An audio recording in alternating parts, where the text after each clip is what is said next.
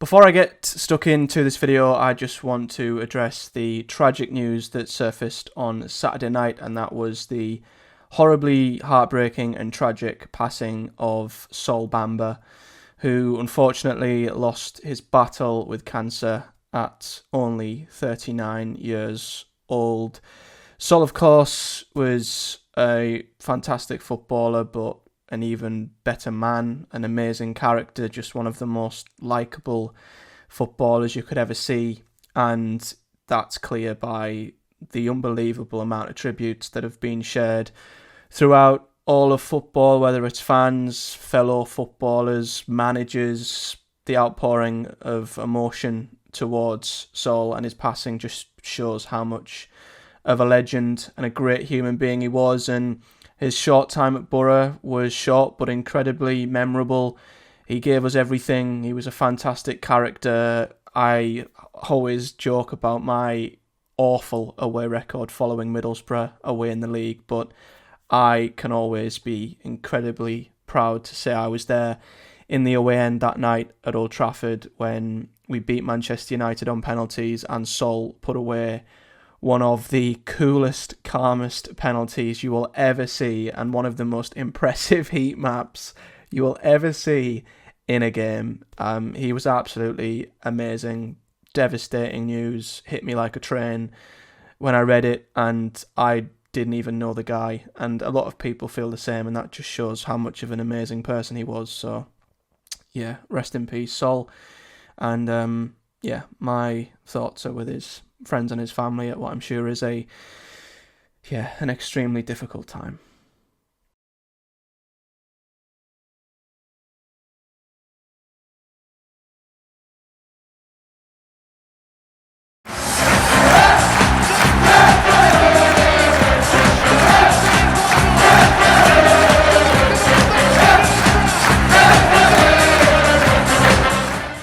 So today I'm going to be reviewing and looking at Boro's transfer window, reviewing our summer window, looking at the list of outgoings, the list of incomings, and addressing and basically having a look at what that means for us going into the season, looking at our squad depth now as well.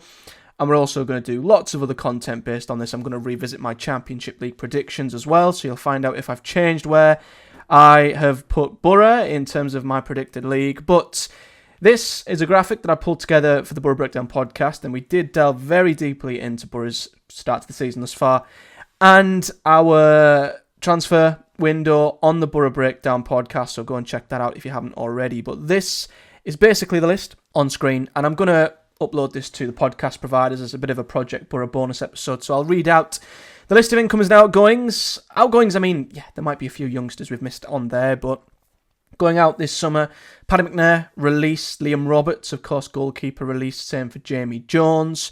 Hayden Coulson left for Blackpool, Brian Belongo left for Bristol Rovers, Sammy Silvera left for Portsmouth on loan, Zach Hemming has gone to Leyton Orient on loan, Josh Coburn went to Millwall on loan, Pharrell Willis has gone to Queen of the South on loan, and Sonny Finch has gone to MK Dons on loan. Incomings, we have re-signed, brought back Luke Ayling. We've signed Delano Burgzorg from Mainz, Aidan Morris from Columbus Crew, Harley Hunt from Swindon, Micah Hamilton from Manchester City, Tommy Conway from Bristol City, Neto Borges from Clermont, and then on deadline day we of course signed both Ben Doak from Liverpool and George Edmunson from Ipswich, also on loan respectively. So, in terms of our transfer window, first of all, I want to talk about outgoings and the fact that a lot of them were releases, a lot of them were sales of young players or, loaning some fringe players out. But the big thing for me was that Boro retained all of our best players, and not many teams in the Championship can say that. And a lot of big teams that we were in and around fighting with the playoffs last season have lost big players. West Brom have had a bit of a turnover, albeit Corberan will still get the most out of that team, I'm sure. Norwich, of course, lost Johnny Rowe, lost Gabriel Sara. Hull had their entire squad pretty much ransacked. Only really us and Coventry, you could say, haven't had a massive turnover and been able to build on what we had last year. And for Boro, retaining the likes of Rav Vandenberg, Hayden Hackney, Emmanuel Latte Lath, absolutely imperative. On top of that, we of course nailed down Michael Carrick, we nailed down Isaiah Jones, Riley McGree was a big one. But I really did expect us to be tested for the big three. The spine, I would say, our three most valuable assets, Rav, Hackney and Lath. And there was interest, I think, in Lath and Rav more so than Hackney. I think we were very firm and strong in our stance on Rav, especially because interest within him didn't really get all that far. Lath, on the other hand, of course, there was big interest at the very end of the window on the Thursday, which led to him not travelling on deadline day to our trip, of course, down to Cardiff. That, thankfully, was ironed out, and he ended up travelling down anyway. And I found that saga incredibly strange because whether it was him, whether it was the club, whether it was his agent, and we know he's got a bit of a gobshite of an agent, I think keeping him away from the team was the right thing to do, just because I think all that speculation, keeping it out of the core group so they could fully focus on the game, was the right thing to do, albeit there was never a chance of that deal going through anyway. Apparently we'd made it clear to Lath and his agent and everything in the summer, you're not going unless they hit a certain valuation and it's early enough for us to get a replacement in. So to expect that this was ever going to happen on deadline day of all times, it was just a bit naive, I would say, from Lath and his side of things. But Carrick has come out since and said, everything was done professionally. Lath is fully committed. He's completely 100% continually reaffirmed his love for the Boro and his commitment. I still believe we could be back here in January, but for the time being, here's hoping he knuckles down and there isn't a hangover from this transfer saga. But it's allowed us to basically build on a fantastic team that finished last year really well, and carrying on that continuity and consistency across the team is so important, and it allows us to build and add in areas where we've needed to. And that's why we've not needed the overhaul that we did 12 months ago after all the loans left with Giles, Akpom, Ramsey, etc. We've just added in areas where we felt we needed to, with depth, with quality, but also players that I think are definitely potential players with an eye on what they might do in the long-term future. So running through the list of our incomings and how I think they've done, Luke Ayling, of course, is the first one. We're already extremely familiar with what he can do at this level. He had a brilliant end to last season with plenty of assists for Latte Lath. A no-brainer, bringing him and his experience back in. Unfortunately, he's not been able to play in his natural right-back position as much, so he's not maybe influenced the side as much, but he's stepped into that centre-back role where we've had loads of issues and has done incredibly well there. So, yeah, a very versatile player who gives us all. Love Luke Ayling, he's been fantastic. Delano Burgzorg from Mainz, he's another one who we were told beforehand from Huddersfield fans who had him there last year on loan, he will be equally as mesmerising as he is frustrating. And I really liked him in pre-season. I think I mentioned this when I did a few vlogs and stuff when I went to a few pre-season friendlies, but I really liked Delano Burgzorg. I thought he was really skillful. He gave us something that little bit different, and if managed right, the selfish side to his game could be something Boro have desperately needed. However, apart from maybe the Leeds game and the Cup where he was outstanding and a few cameo appearances in the league, the last few games I think we maybe saw the selfish side to him a little bit, against Derby. I mean, to be fair, against Derby, he was one of the few that tried to make things happen. I think Pompey was more so a game where he was just making wrong decisions galore, shooting and getting shots blocked continuously. A little bit frustrating, and then obviously against Cardiff he was put up front because of the Lath scenario in an experiment that I didn't think worked at all. So, yeah, I think he's more of an impact player, and I think when Boro have a fully fit team with McGree back in, etc., he will be an impact player, and I think that's where we'll see the best out of him. But he gives us something different, he gives us an edge, and I think he'll be a good signing for the team in that regard. Next up, we have Aidan Morris, who is signing of the summer by a country mile. I'm actually astounded by how well Aidan Morris has adapted to the Championship. Coming across from the MLS, you expect a bedding in period, you expect him to be a little bit off the pace. I thought he would start on the bench and be bedded in slowly, but due to Howson's injury, he's pretty much started, and he has been a revelation. I mean, he is exactly what our midfield has needed. His reading of the game is outstanding. His interceptions are so good. He's strong. And he's really good in possession as well. He's so good picking the ball up in really tight areas, giving it off to Hayden Hackney. He's very reliable on the ball, and he's everywhere. His heat map is ridiculous. He is just the exact terrier sort of midfielder we've needed alongside Hayden Hackney, and the relationship they're building up at the minute is really, really exciting, and having them to fit in midfield for hopefully the majority of the season, I think will be one of the best midfield pairings in the league. So yeah, Aidan Morris, I love him as a character, love him as a player, could be one of the best signings we've made, not only this summer but in the last few seasons. Next up's Harley Hunt. Not much to say on him. Of course, he played a bit in pre-season. He was, unfortunately for him, a part of that 5-0 drubbing against Stoke in the Cup. But he's 16, just turned 17. He'll be a promising player for the future, no doubt. Micah Hamilton has come in from Manchester City, another player who has a lot of promise, albeit had not played much first-team football at top level for City. He did play and score for them in the Champions League, really. But yeah, he's come in. I think he'll be one of them that Carrick will just improve. We've seen him do it countless times with so many players.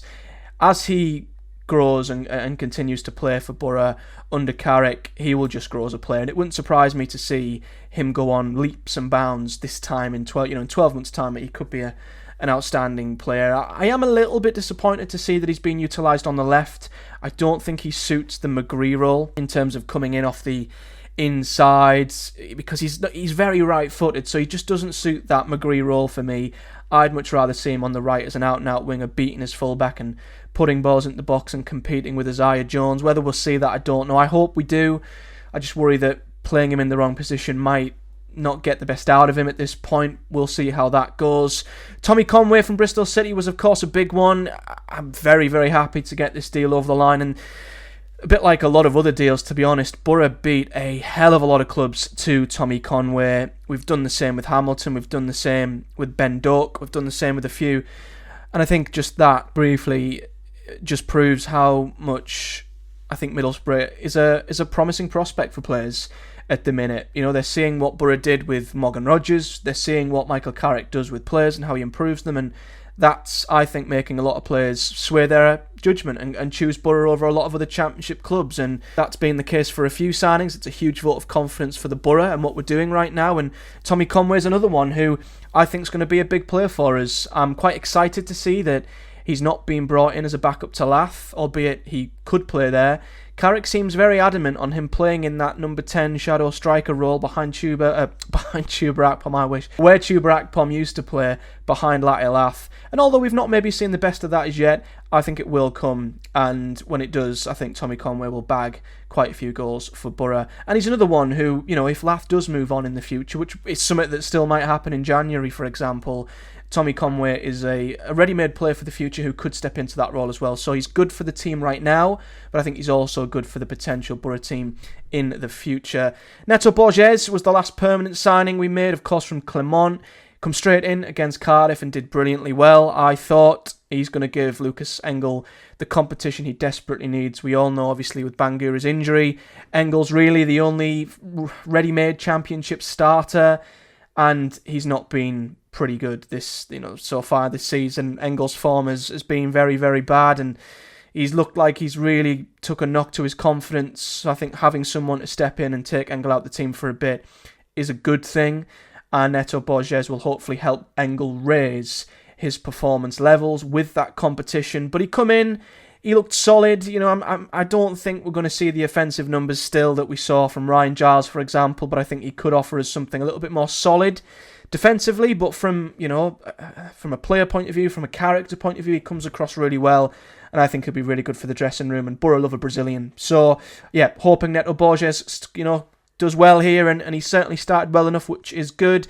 And the two players who we can't really make a judgment on were the two who come in on deadline day. Ben Doak was one I didn't see happening at all. Another attacking player. I don't believe Boro were looking particularly to add in our attacking areas, but I'm guessing he's a player we've liked and a player who come available. And they always say, don't they, in deadline day, that things might pop up that you don't expect, and this is one that I think just popped up at the last minute. Boro were made aware that Liverpool were willing to loan him out, because of course these big Premier League teams are going to leave it as late as possible, aren't they, to allow some of their best young players to leave, and Boro jumped on it. And as I said with Tommy Conway, they beat a huge number of Championship clubs to his signature, and albeit I know nothing about him, I'm not going to pretend to know much.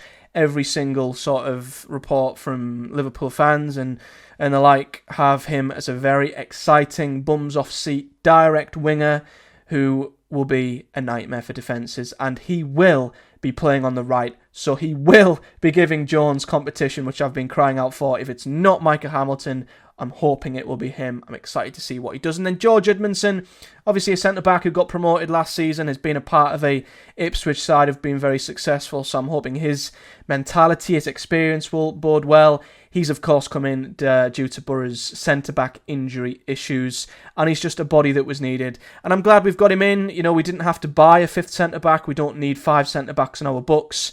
We've got 4 incredible championship centre-backs with Clark, Rav, Lenihan and Fry. All 4 of them would get into any championship back 4, I'm sure. But of course, Lenihan is out. Fry has vanished off the face of the planet. And Rav's been injured too. So we've had to put Ayling there, which isn't ideal. So I think Edmunson is just a sensible signing and a good use of the loan market. So I would rate Boro's transfer window a solid 9. I wouldn't give it a 10 just because I'm fussy and I always feel like we can improve and we can always be better, but in terms of the business we've done, I'm delighted with it. And I think we've got a lot of our main targets in, you know, players we've wanted to get, we've beaten so many fellow championship clubs and competition for a lot of these players. So yeah, I can't argue with any of the business Boro have done this season. I just hope that at the end of the season, you know, this transfer will look even better in hindsight. Looking at Boro's squad depth then, again, another graphic I did for the Boro breakdown, so I will point you in the direction of that podcast if you want to hear more. But yeah, this just shows how solid we are across the park, you know, across the whole team, and there's not one area that stands out as a weakness or as an area where we need depth. You know, goalkeeper fine, back 4 we've been fine for a while, left back was the only area, but Borges has filled that. 4 very good championship midfielders with Law McCabe in there as well. Morris and Hackney, as I say, if they could start every single game this season, I would stick with that. But Barlasser and Howson, 2 very good understudies there. And in the attacking areas, as always with Carrick, versatility is key. You know, I'm glad Jones has some competition on the right. Don't forget about Marcus Force as well, a player who bags us at least 10 goals a season. He's to come back in as well. We've also got players who can play at 10. I think Azaz, Conway and Gilbert are all 3 unbelievable options to have there, and I'd be happy with either of them, to be honest. And the same on the left, if McGree's not fit, I'd put Azaz there personally, but we've seen in certain games Burgzorg's better suited to be in there. Hamilton, I'm not so sure on. And then up front, Lath's your main man for me. I will say, if Lath got injured, I guess we'd stick Conway up there, which, you know, would then allow Gilbert to become the second choice for 10. So you can move players around, I guess maybe I don't know, I'm just not sold on Burgzorg as a number 9, so maybe we're a tad light up front. Maybe we'd want 3 strikers up there. I just don't see Burgzorg as that, but hey, if he can play there, it's better than nobody. But yeah, for me, I think we've built out a really good squad, 2 good players for every position. If we can keep them fit, there's no reason why this squad is playoffs at least. And I think we've been backed. Carrick's been backed by Steve Gibson, who deserves immense credit once again. Gibson, I don't care what anyone says, is the best owner in the world. And he's continued to back Carrick. And it's now on Carrick's hands to deliver with this squad. And here's hoping he does. A brilliant summer window.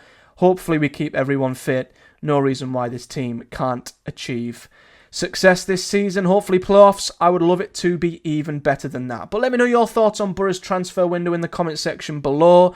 Your thoughts, your feelings, the signing that stood out to you, any areas where you still think we could have done better, and what your expectations are for this team going into the season. As always, if you've enjoyed this video, do give it a like. If you're listening over on the podcast providers, give me a like and a rating over there too. And as I say, all your comments are welcome. But until next time, guys, thank you so much for watching. We'll be back looking at Boro, probably previewing the Preston game. If any other stuff pops up, I'll probably do videos on that, as well as other championship stuff too.